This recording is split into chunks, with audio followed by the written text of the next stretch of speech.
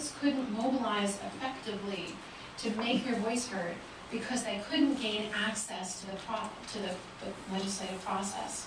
They were also communicating in ways that just didn't match up with how the legislative process worked and how legislators communicated. So the bill was defeated, and I'm sitting at my computer, really dejected, feeling like a failure. And I get this email alert. I'm an avid skier, and I got this email alert telling me the number of inches of snow on every mountaintop in the Pacific Northwest in Canada, and expected snowfall for the next week. And I thought to myself, how is it that the kind of consumer information sector online is able to provide me such detailed information that allows me to make choices? Sure, this is about skiing, but that empowers me to make choices, but my government holds on to antiquated technology that disempowers me from being an effective citizen. And so I had this idea for Knowledge is Power, this online service run by a nonprofit, a nonpartisan nonprofit, that could provide citizens real-time information about what was going on in the political issues that they cared about without telling them what they should think about that political issue. That it would enable them to communicate effectively with lawmakers in a way that lawmakers could spend less time managing their communication and more time actually engaging with their constituents. And I had this idea in 2000. And then I worked on it in 2001. And I did technical plans, and I moved to Seattle, where you throw a rock, you hit a computer engineer, like a software engineer. Then the dot-com bust happened, and they were at all the cafes and bars unemployed. It was fantastic for me, because I basically just, I learned so much from so many brilliant people. And what I realized in doing my research was that the technology from government was in such a state that to launch Knowledge is Power in 2001 would cost at least $1 million. And I realized, I was smart enough at that time to realize that technology would improve so much and the cost would come down so dramatically that if I did my work, if I did my research, I could then launch Knowledge is Power for a fraction of the price sometime in the future. Because I didn't feel like the funding was there for this kind of work. And I knew certainly $1 million for a 21-year-old wasn't out there. And so what I did is I took opportunities that gave me the best skills I could to be the best social entrepreneur and nonprofit leader I could. So I went and worked for Howard Dean's presidential campaign, and I did technology planning for them in New Hampshire, Vermont, Iowa, Washington State. I designed a social network for the Dean campaign, and everybody was like, why do you need a newsfeed? And so that it wasn't quite implemented, but I look at things like Facebook, I'm like, wow, that's amazing that kind of thing really took off. And I built relationships with people in government and politics across the political spectrum. I forgot to mention, as a kid, I was a hardcore Republican. And suddenly found myself working on the Dean campaign. And now as a nonprofit leader, I'm totally nonpartisan. Like, I'm totally pulled back from partisan politics, but I really enjoyed getting to know these leaders in the political technology and the government space. And I realized that more research needed to be done on how legislators communicated with citizens. And by the way, anybody in the back who's keeping time, just give me a 5 or a 6 or whatever.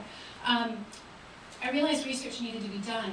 So I took an unpaid internship in Congress and worked for 4 months. When I wasn't working in Congress anymore, I was doing essentially an anthropological study of the communications habits of lawmakers and what was effective coming to them from constituents. And I found some really shocking things. 1, legislators, staffers, your email goes through 4 to 6 staffers' hands before returning to you as a form letter. That process can take 6 to 8 weeks, and that's if you don't send a hard copy letter in which it has to be irradiated, and that takes an additional 6 weeks.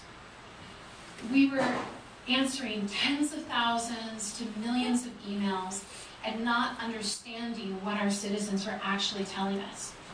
I did random snowball sampling of legislative staffers, both parties, both houses, and basically I would offer either to take them out to coffee or happy hour.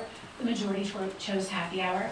And I would get their honest feedback about what citizen communications made the hairs on the back of their neck stick up.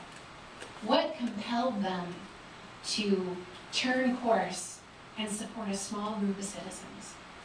And what I found was surprising. Petitions didn't work. Form letters, they don't even believe that 60% of them are real, from real people. And it was personal communications, things that made them feel like, I know your story now. I know why this is important to you, and you're my constituent, and I want to do this for you. It was really important. And yet advocacy groups, they had since the late 70s been shirking their role as the civic engagement and educator engine for the public. Right? Oh, it's like 0. And so I felt like Knowledge is Power was really well placed to launch. So I returned home. I filed Knowledge is Power as a 501c3, a process that took 2 years. I put together a great board. One of the members here is Quintus Jett. And then I put in $10,000 of my own money into starting up Knowledge is Power. I hired the developers, I got all of this stuff going, and we launched in early 2008, and everything was falling into line. We got a small grant from the Sunlight Foundation, we got a $75,000 grant from the Ford Foundation, we were getting media, we were getting coverage, people were giving great feedback about our service. There was legislation tracking and interaction for citizens in Washington State. And then I came to the Mobilize.org Democracy 2.0 Summit, and Knowledge is Power took first place for launching our service for the city of Seattle. And I was shocked to find that we had scored like 28% higher in every category. It was crazy. And I felt like, wow, like this is what it must feel as a social entrepreneur to arrive. And 2 weeks later, I get a call at 4 a.m. And I didn't realize when I picked up the phone that everything would just be ripped out from underneath me. And I will not cry. But I found out that my father had had a stroke. He was in a coma, and he wouldn't wake up again. And during that time, I had a developer run out on me, taking the funds we had given, or paid for the work, even though I had vetted him and done all my due diligence. I found out I had a chronic illness. Nobody knew quite what to do about. And it just seemed like, as 2009 rolled out, every time a media piece would come out about how great Knowledge is Power was, something else just kind of get pulled back. And so what I realized, as I talked to my peers who are millennials, is that I think, and there's actually research on this kind of thing, but I think millennials think that you have to be like naturally good at something that you do for it to be a success, for you to be a success. And what I realized is sometimes life just happens, and it's not your fault. And there are only a certain number of things you can control. And that what's important is your ability to get back up. How good are you at getting back up when challenges are thrown down your path? And I realized that I am really, really good at that.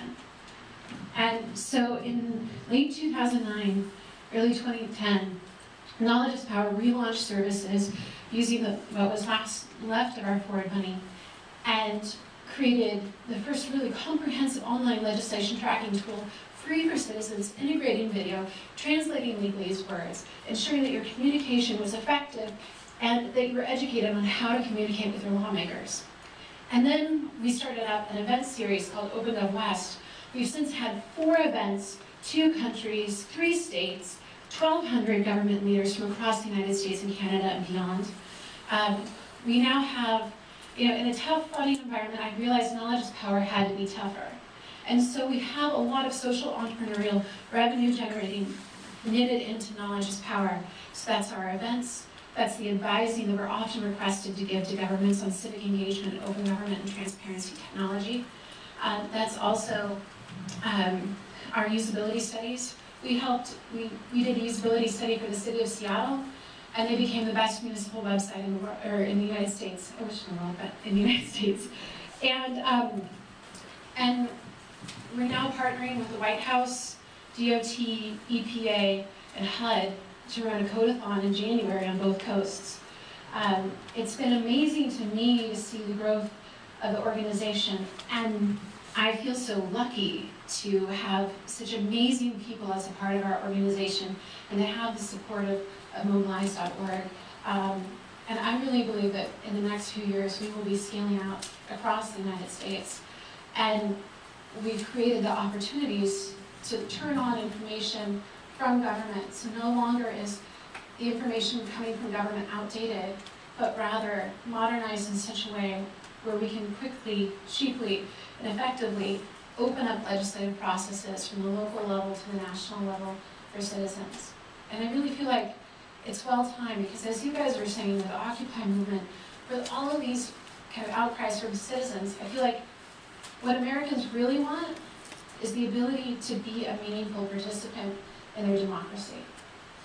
And they didn't realize that it's not them. It's not you, who you are, and it's not necessarily who is in your government. But rather, if you want to be a meaningful participant, you have to have the tools and skills to do that. And so that is what Knowledge is Power provides, and I'm really grateful for the opportunity to have this journey and have such really lovely partners in it. So thanks so much.